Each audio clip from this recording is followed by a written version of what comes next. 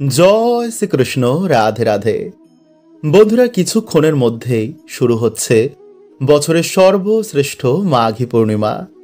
শাস্ত্র বলছে যে এই দিনে আমাদের সামান্য কিছু কার্যে বাড়িতে মা লক্ষ্মী, ভগবান শ্রীকৃষ্ণ ও শ্রী গণেশের আগমন হয়। ফলে গৃহে শ্রী ফিরে আসে, বাড়িতে সুখ শান্তি সৌভাগ্য বাড়ে, অর্থ সৌভাগ্যের আগমন হয়। যা শুরু হচ্ছে বন্ধুরা আজ মাঘ মাসের শেষ মঙ্গলবার সন্ধে ৬টা ৫৫ থেকে কাল মাঘ মাসের শেষ বুধবার রাত ৭টা ২২ পর্যন্ত। তাই উদয়া তিথি অনুসারে কাল বুধবার দিনই পালন হচ্ছে ২০২৫ সালের মাঘী পূর্ণিমা।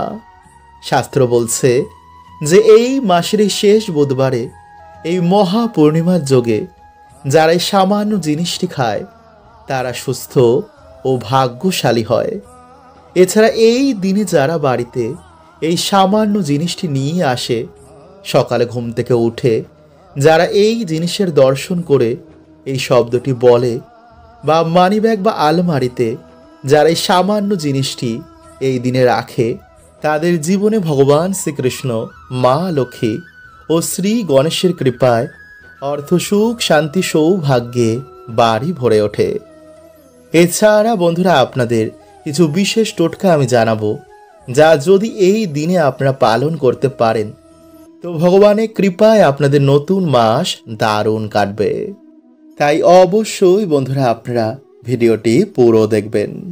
বন্ধুরা, ভগবান শ্রীকৃষ্ণের অনুসার এই মানব শরীর অত্যন্তই দুর্লভ হয়, কারণ এই মানব শরীরেই আমরা একমাত্র ঈশ্বর প্রাপ্ত করতে পারি।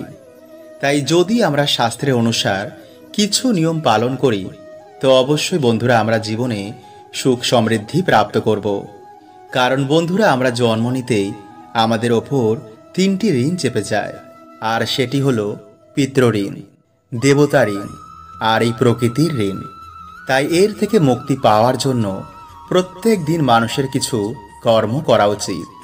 এতে সেই ব্যক্তি সমস্ত প্রকার ঋণ থেকে এবং অজানা পাপ থেকে তার মুক্তি হয়ে যায়। ফলে তার জীবনে এসে পড়ে ঈশ্বরের বিশেষ কৃপা।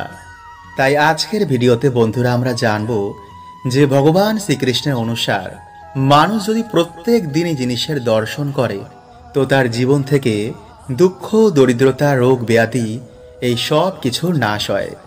ব্রহ্মপুরাণে অনুসার মানুষের প্রত্যেক দিন ঘুম থেকে ওঠার পর মানে স্নানের পূর্বে এই বিশেষ জিনিসগুলো বন্ধুরা আমাদের অবশ্যই দর্শন করা উচিত। তো চলুন বন্ধুরা এবার আমরা জেনে নিই সেই বিশেষ জিনিসের সম্বন্ধে। তো নমস্কার বন্ধুরা, আমি রাজু আর আমাদের চ্যানেলে আপনাদের স্বাগত। তার আগে বন্ধুরা ভিডিওটি একটি লাইক করে কমেন্টে হর হর মহাদেব ও জয় শ্রীকৃষ্ণ অবশ্যই লিখুন। বন্ধুরা, শাস্ত্রের অনুসার প্রত্যেক মানুষের অন্তত একদিন ব্রহ্ম মুহূর্তে ওঠা দরকার। তাই যদি আপনার ঘুম ভোর 3টে থেকে 5টার মধ্যেই ভেঙে যায় তো ভগবান নিজে আপনাকে সংকেত দিচ্ছেন যে আপনার ব্রহ্ম মুহূর্তে ঘুম থেকে ওঠা দরকার। তাই ধীরে ধীরে বন্ধুরা আপনারা এর অভ্যেস করুন, কারণ এই ব্রহ্ম মুহূর্তেই বন্ধুরা আমাদের এই ব্রহ্মাণ্ডের সূচনা হয়। ফলে সেই সময় আমাদের পৃথিবীতে বহু দেবী দেবতার আগমন হয়। এছাড়াও বন্ধুরা বায়ুমণ্ডলে এই সময় কসমিক এনার্জির বৃষ্টি হয়। তাই যে ব্যক্তি রোজ এই সময় ঘুম থেকে ওঠে তার শরীর ও মন সর্বদাই সুস্থ থাকে। ফলে এমন ব্যক্তি জীবনে তাড়াতাড়ি উন্নতি করে।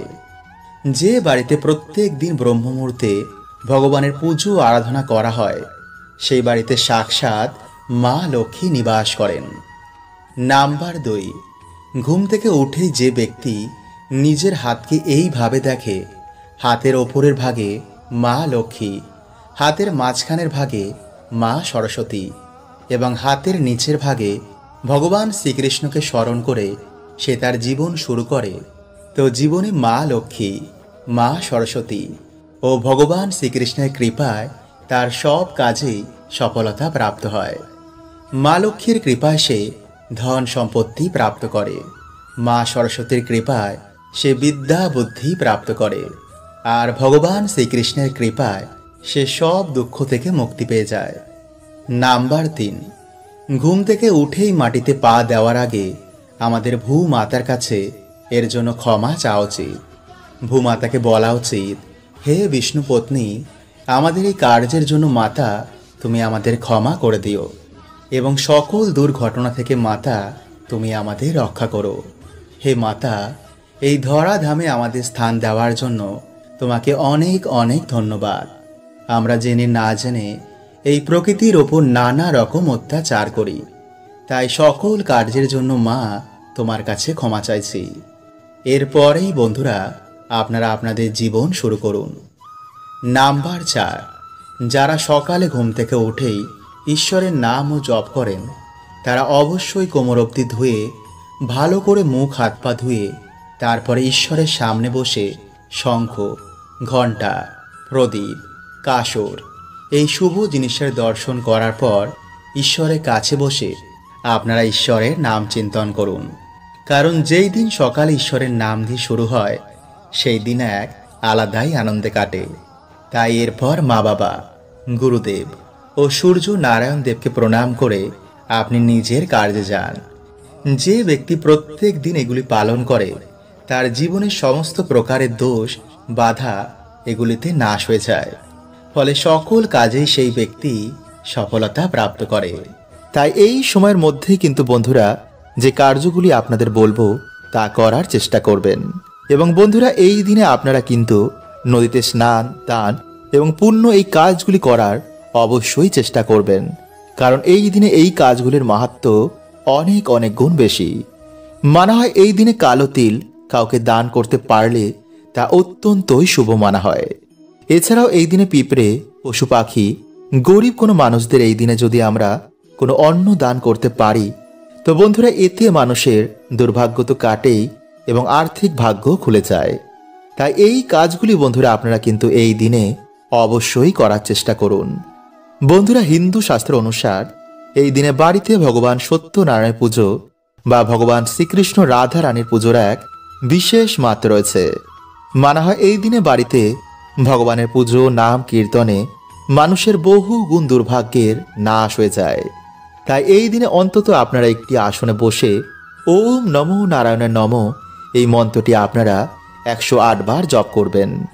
নাম্বার 2, বন্ধুরা এই দিন আপনারা অবশ্যই কিন্তু বাড়িতে দুটো প্রদীপ ধরাবেন, একটি বাড়িতে ঘরের জন্য এবং একটি বাড়িতে তুলসী মঞ্চের জন্য।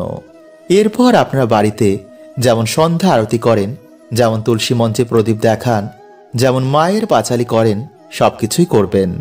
এরপর আপনারা বাড়িতে কোনো কন্যা সন্তান বা যে কোনো কন্যা সন্তানকে আপনারা সেই ঠাকুর ঘরে একটি আসনে বসিয়ে আপনারা এই 3টি জিনিস তার হাতে তুলে দেবেন। আর তা হচ্ছে বন্ধুরা অন্ন, বস্ত্র ও চাল। মানে আপনাদের সামর্থ্য অনুযায়ী আপনারা একটি নতুন বস্ত্র নেবেন, কিছুটা দক্ষিণা ও কিছুটা আতপ চাল। আপনারা এই 3টে জিনিস নিয়ে সেই কন্যা সন্তানকে আপনারা এই জিনিসগুলো দান করবেন। এবং যদি কোনো কারণে আপনারা এই নতুন বস্ত্র দিতে না পারেন তো তার বদলে আপনারা সেই কন্যা সন্তানের কোনো প্রিয় জিনিস আপনারা তাকে সেই দিন দান করবেন। বন্ধুরা এই দান করার সময় আপনারা অবশ্যই বলবেন, এসো মা লক্ষ্মী, বসো ঘরে, আমারই ঘরে থেকো মা আলো করে। বন্ধুরা মানা হয় যে এই দিন এই দান সব থেকে বড় দানের মধ্যে অন্যতম। মানা হয় এই দিন অন্ন, বস্ত্র, অর্থ যদি কন্যা সন্তানকে দান করা যায় তো জীবনে কখনো এই 3টে জিনিসের আর অভাব থাকে না। তাই এই দিন বন্ধুরা আপনারা কিন্তু অবশ্যই কোনো কন্যা সন্তানকে এই অন্ন, বস্ত্র, অর্থ দান করার চেষ্টা করবেন। বন্ধুরা আমাদের হিন্দু ধর্মে ভগবান শ্রী গণেশকে স্মরণ না করে কোনো কাজ সম্পন্ন হয় না।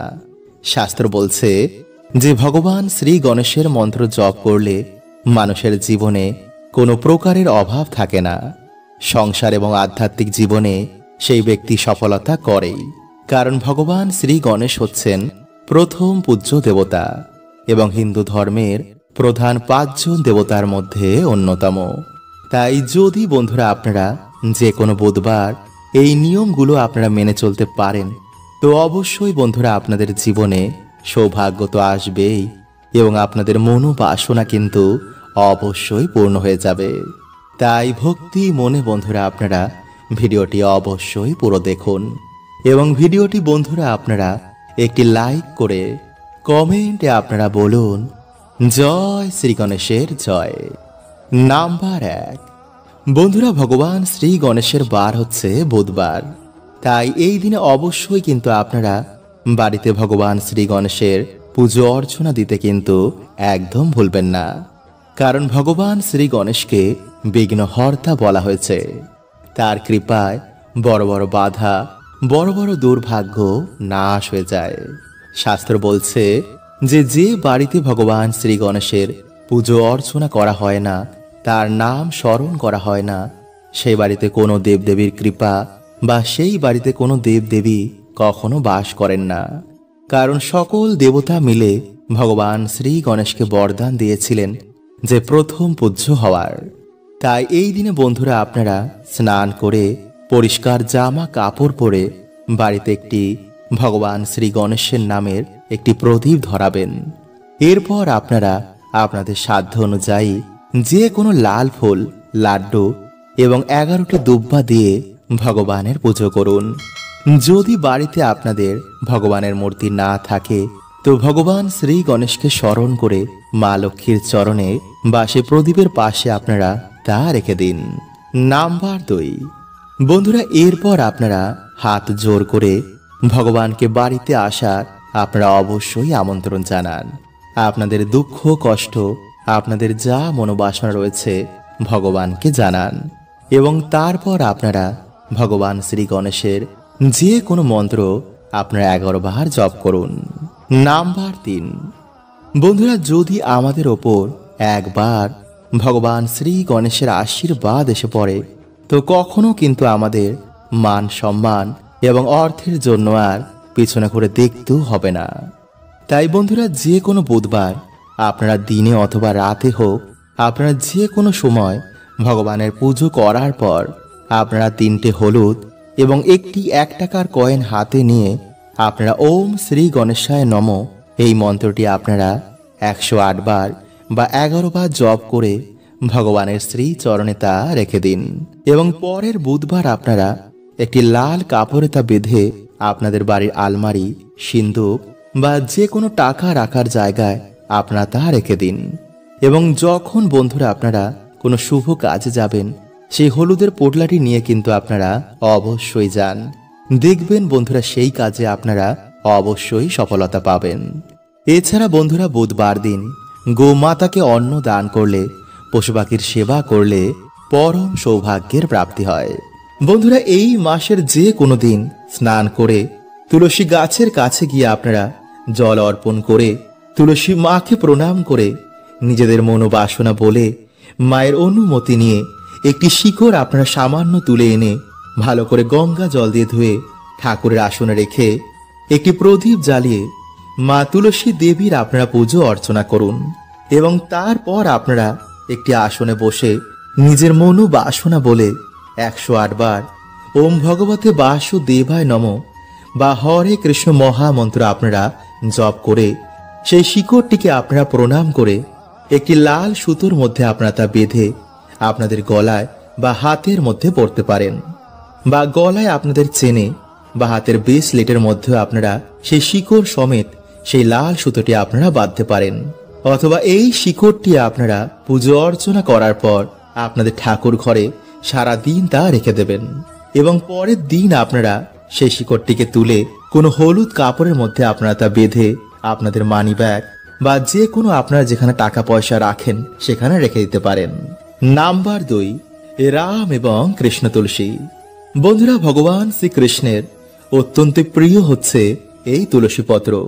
যারা এই মাসে প্রত্যেক দিন ভগবানের চরণে এই তুলসী পত্র অর্পণ করে নিজের মনোবাসনা বলে এবং পুজো অর্চনা করার পর ভগবানের চরণ থেকে সেই তুলসী পাতা জলের সাথে গ্রহণ করে তারা সারা বছর ভগবানের কৃপায় সুস্থ সবল এবং নীরোগ থাকে এবং ভগবান বিষ্ণু মা লক্ষ্মীর কৃপায় তাদের দুর্ভাগ্য তো নাশ হয় এবং জীবনে সারা বছর পরম সৌভাগ্য এবং সুখ শান্তিতে ভরে ওঠে। বন্ধুরা জ্যোতিষ শাস্ত্র এবং বাস্তু শাস্ত্রে ময়ূরের পালকের এক বিশেষ মাহাত্ম্য বলা হয়েছে। বাস্তু শাস্ত্রের অনুসার ময়ূরের পালক বাড়িতে সুখ শান্তি সমৃদ্ধি আমাদের প্রদান করেন। শাস্ত্রে এটিকে এমন এক যন্ত্র বলা হয়েছে যা ধনকে আকর্ষণ করে। তাই যদি বন্ধুরা আপনারা বাড়িতে ঠিক এই জায়গায় এবং এই দিকে একটি ময়ূরের পালক রাখতে পারেন, তো বন্ধুরা বাড়ির আর্থিক উন্নতি অনেক গুণ বেড়ে যাবে। তাই এর জন্য বন্ধুরা আপনাদের মাত্র 3টি ময়ূরের পালক লাগবে এবং কিছু বাস্তু নিয়ম, যা আপনাদের আজকের এই ভিডিওতে আমি জানিয়ে দেব। তাই বন্ধুরা ভিডিওটি একটি লাইক করে কমেন্টে হর হর মহাদেব ও জয় শ্রীকৃষ্ণ অবশ্যই লিখুন। বন্ধুরা আমাদের হিন্দু শাস্ত্রে এই ময়ূরের পালকের এক বিশেষ মাহাত্ম্য রয়েছে। জ্যোতিষ শাস্ত্র অনুসার যে স্থানে ময়ূরের পালক থাকে সেখানে কখনো গ্রহের খারাপ প্রভাব পড়ে না। পুরাণেও ময়ূরের পালক নিয়ে বিভিন্ন উপায়ের কথা বলা হয়েছে। আয়ুর্বেদেও ময়ূরের পালক নিয়ে এটি বলা হয়েছে যে কিভাবে ময়ূরের পালক বাড়ি থেকে রোগ ব্যাধি দূর করে। সাথে ভগবান শ্রীকৃষ্ণ এই ময়ূরের পালকের অনেক প্রশংসা করেছেন এবং তিনি তা নিজের মুকুটে সর্বদাই ধারণ করেন। ময়ূরের পালক ছাড়া তিনি কখনো কোথাও যান না। তাই ভগবান শ্রীকৃষ্ণ বলেন যে ময়ূর হচ্ছে সুখ শান্তি সমৃদ্ধির প্রতীক। ময়ূরের পালক মানুষকে সমস্ত রকম নেগেটিভ ঊর্জা থেকে রক্ষা করে, ফলে সহজেই মানুষের জীবনে সুখ শান্তি ফিরে আসে। তাই হিন্দু ধর্মে ময়ূরকে মা লক্ষ্মী, মা সরস্বতী, শ্রী গণেশ, হনুমানজি এবং কার্তিকীজির সাথে যুক্ত করা হয়েছে। তাই ময়ূরের পালককে ব্যবহার করে সহজেই মা লক্ষ্মীকে প্রসন্ন করে জীবনে সুখ শান্তি সমৃদ্ধি প্রাপ্ত করা যায়। এবং ময়ূরের পালকের সাথে যদি একটি বাঁশি রাখা যায় তো বন্ধুরা এটিকে বাড়ির জন্য খুবই শুভ বলে মানা হয়। নাম্বার 2, বন্ধুরা যদি আপনাদের বাড়িতে সুখ শান্তি সমৃদ্ধি আসতে বাধার সৃষ্টি হচ্ছে, তো বন্ধুরা আপনারা কি করবেন, বাড়ির যে মুখ্য দরজা রয়েছে তার উপর আপনারা গণেশজির প্রতিমা রেখে তার দুপাশে 2টি ময়ূরের পালক রাখবেন। এতে বন্ধুরা আপনাদের বাড়িতে কোনো রকমের নেগেটিভ ঊর্জা আর প্রবেশ করতে পারবে না। এবং যদি বন্ধুরা আপনাদের বাড়ির সদর দরজা বাস্তু নিয়মের বিপরীতে হয়, তো বন্ধুরা বাড়ির যে মুখ্য দরজা রয়েছে তার উপরে আপনারা 3টে ময়ূরের পালক টানিয়ে দিন। এতে বন্ধুরা আপনাদের বাড়ির বাস্তু ঠিক হয়ে যাবে।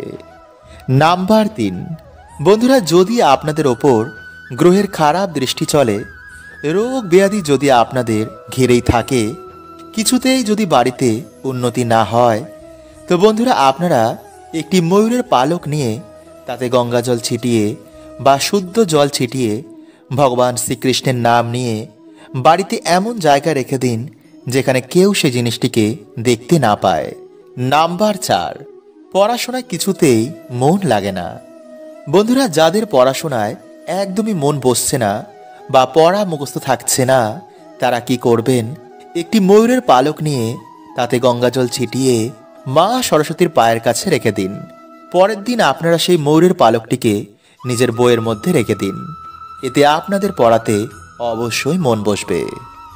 নাম্বার 5, যাদের বাড়িতে ছোট বাচ্চা বা কারোর ওপর নজর বারবার লাগে, তারা বালিশের নিচে একটি ময়ূরের পালক রেখে রাতের বেলায় ঘুমিয়ে পড়ুন। পরের দিন আপনারা সেই ময়ূরের পালকটি নিয়ে গিয়ে কোনো প্রবাহমান জলাশয়ে ভাসিয়ে দিন। নাম্বার 6, শত্রুনাশ। বন্ধুরা কেউ যদি আপনাদের পিছনে বারবার লাগছে, তো মঙ্গলবার দিন আপনারা হনুমানজির মাথার সিঁদুর নিয়ে সেই ময়ূরের পালকে লাগিয়ে দিন। সকালে স্নান করেই সেই শত্রুর নাম নিয়ে আপনারা কোনো জলাশয়ে ভাসিয়ে দিন। নাম্বার 7, বন্ধুরা যদি আপনাদের কোনো মনোবাসনা এখনো বাকি রয়েছে বা আপনাদের আর্থিক উন্নতি চাই, তো স্নান করে সে ভগবান রাধা কৃষ্ণের মন্দিরে গিয়ে বা বাড়িতেই ভগবান শ্রীকৃষ্ণের মাথায় ময়ূরের পালকটি বেঁধে দিন এবং নিজের মনের যা ইচ্ছা রয়েছে তা ভগবানকে বলুন। দেখবেন কিছু দিনের মধ্যে আপনাদের বাড়িতে সুখ শান্তিতে ভরে গেছে। হরে কৃষ্ণা, ওম নমঃ শিবায়।